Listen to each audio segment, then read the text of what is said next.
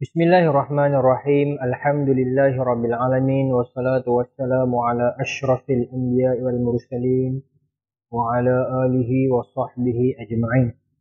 Raditu billahi rabba wa bil islam dina wa bi Muhammadin nabiyyan wa rasulah. Tuan-tuan, puan-puan, muslimin, muslimat, para sahabat, ibu, ayah, member-member. Assalamualaikum warahmatullahi wabarakatuh. Hari ini Ahad. 13 Ramadan. Saya ingin menyambung satu lagi sahabat yang kisahnya berkait dengan episod-episod sebelumnya yang pernah saya ceritakan 2 hari sebelum ini. Sahabat yang akan saya ceritakan hari ini ialah seorang yang digelar sebagai yang antara yang dicintai oleh Sayyidina Umar. Umum mengetahui disebutkan dalam banyak rujukan kitab kitab awal, semisal dalam era kurun ke-8 Hijrah, Imam Zahabi menulis dalam Syiar A'lamun Nubala, Ibnu Katsir menulis dalam Bidayah wa Nihayah tentang Sayyidina Umar yang sangat mencintai Abu Ubaidah Al-Jarrah. Selain daripada Abu Ubaidah Al-Jarrah, antara yang dicintai juga oleh Sayyidina Umar ialah sahabat yang akan kita ceritakan petang ini, iaitu yang bernama Sa'id Gabno, satu sahabat yang bernama Sa'id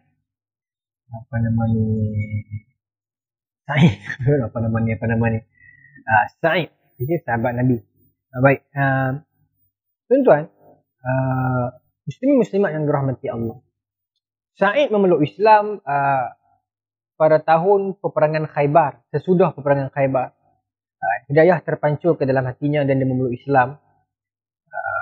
Sesudah era itu, Sa'id bin Amir Gabno ini, sahabat ini, dia melazimi Rasulullah, dia sangat mencintai kehidupan akhirat, sangat zuhud. Sa'id bin Amir memiliki seorang isteri yang cantik. Namun dia seorang yang sangat zuhud, sangat menekuni ibadah, kerana dia merasakan dia terlewat masuk Islam berbanding yang lain, maka dia menggunakan tempoh-tempoh tersebut untuk mendekati Rasulullah, mendekati para sahabat yang lain, mendapatkan ilmu, mendekatkan diri kepada Allah dan sebagainya. Saya nak fokus pada satu cerita tentang Sa'id ni. Satu ketika setelah kewafatan Nabi, zaman Sayyidina Abu Bakar belum berlalu, zaman Sayyidina Umar,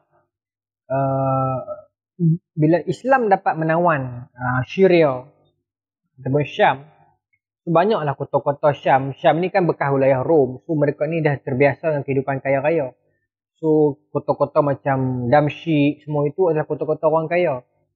So Sayyidina Umar meletakkan gubernur-gubernur yang hebat-hebat lah, yang berkemahiran tinggi dalam politik dekat negeri-negeri bekas wilayah Rom ini ataupun negeri Syam ini. Antara yang diletakkan semisal macam Muawiyah dan sebagainya. Kota Homs, ada yang menyebutkan Homs, ada yang menyebutkan Hims, dia ha mim sad. Adalah salah satu kota yang terletak dalam wilayah Syam, bekas wilayah Rom, yang juga kota orang kaya. So penduduk di sana digelar sebagai penduduk Kufah kedua.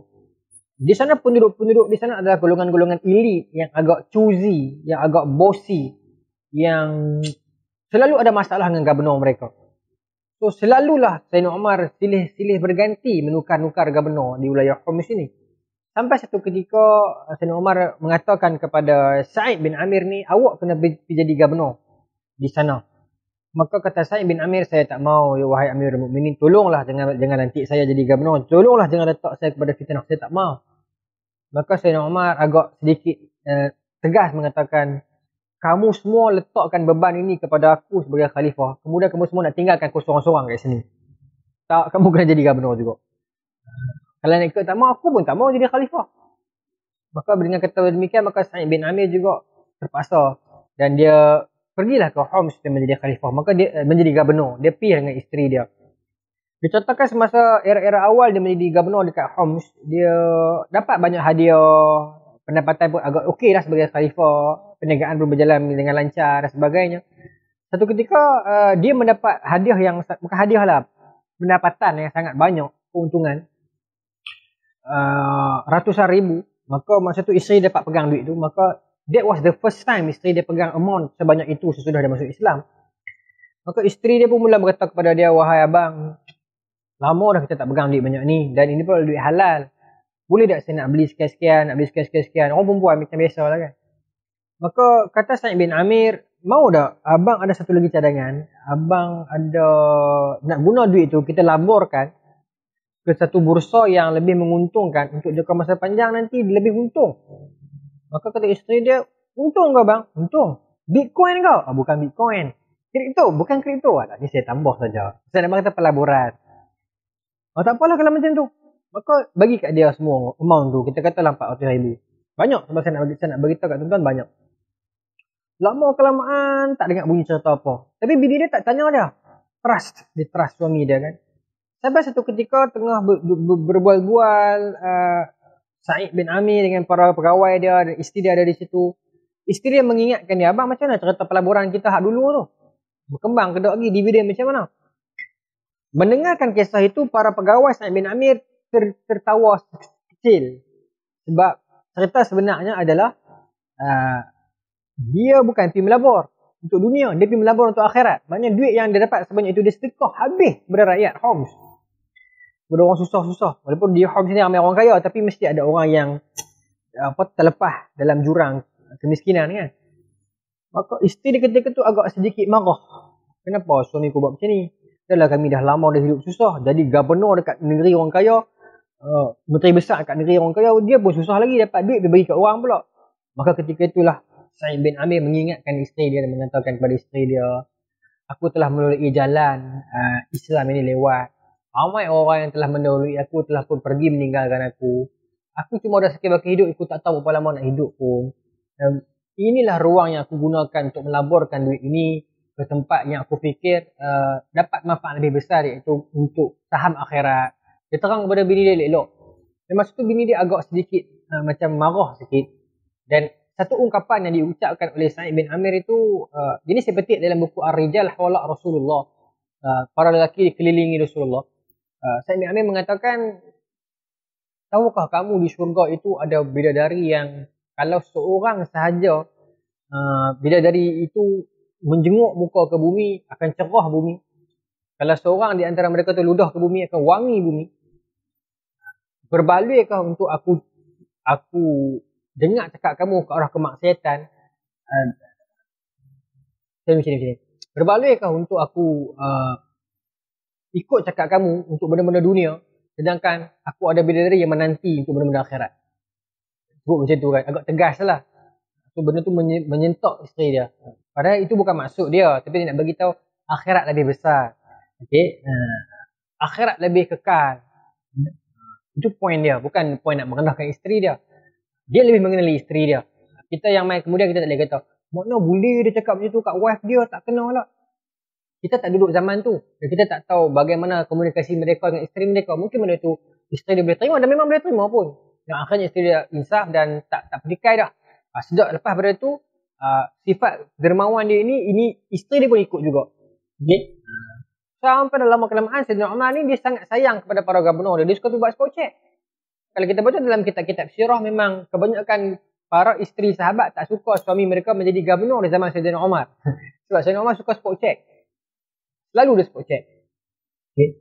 Kisah Sa'ad bin Abi Waqqas, banyaklah kisah-kisah yang Sayyidina Umar pergi check seorang-seorang, hantar special branch, hantar pegawai, pergi siasat dan sebagainya.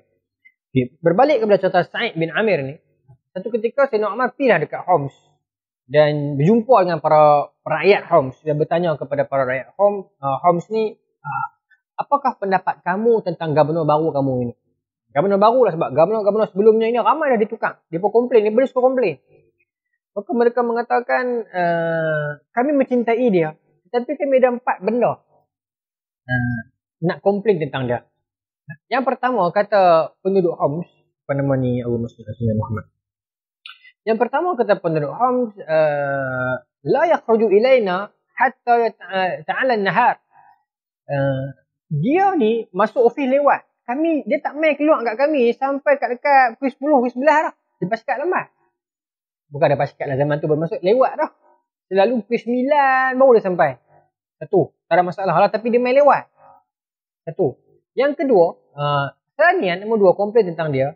Kata penduduk Homs, la yujibu ahadan fil lail. Malam, waktu malam jangan cari dia. Dia takkan jawab seorang pun. Komplain ke, aduan ke, apa pun dia tak peduli. Seorang pun dia tak peduli. Alam.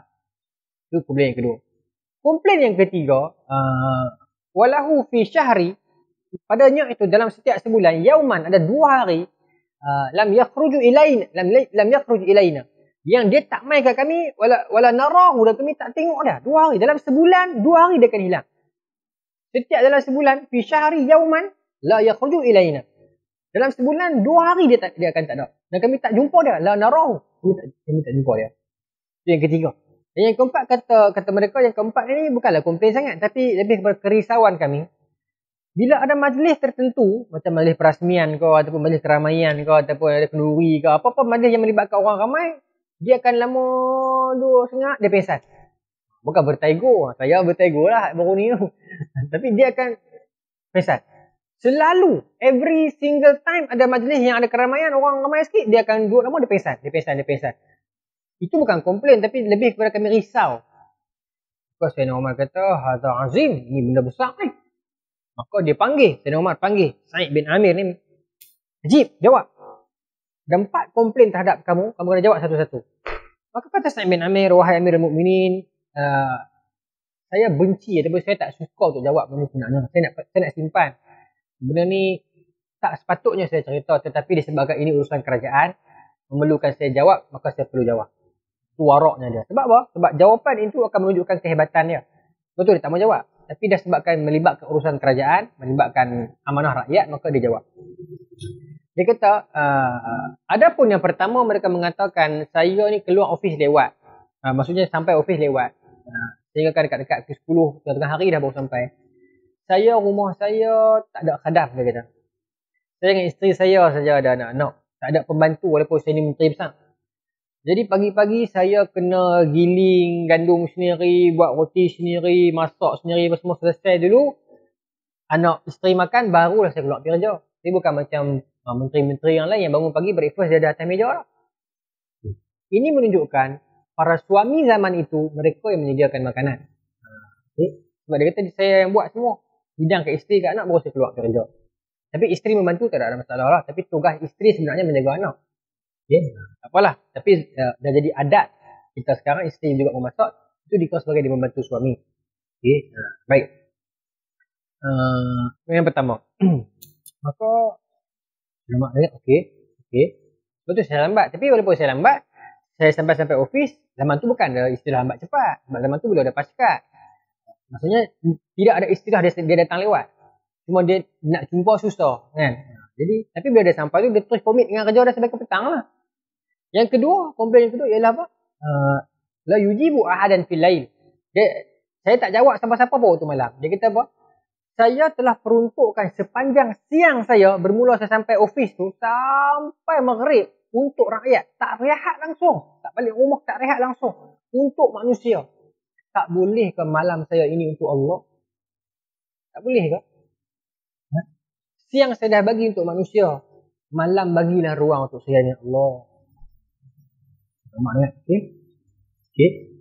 Yang ketiga, kenapa dalam sebulan fi syahri yauman la yakhruju ilaina wa la narahu.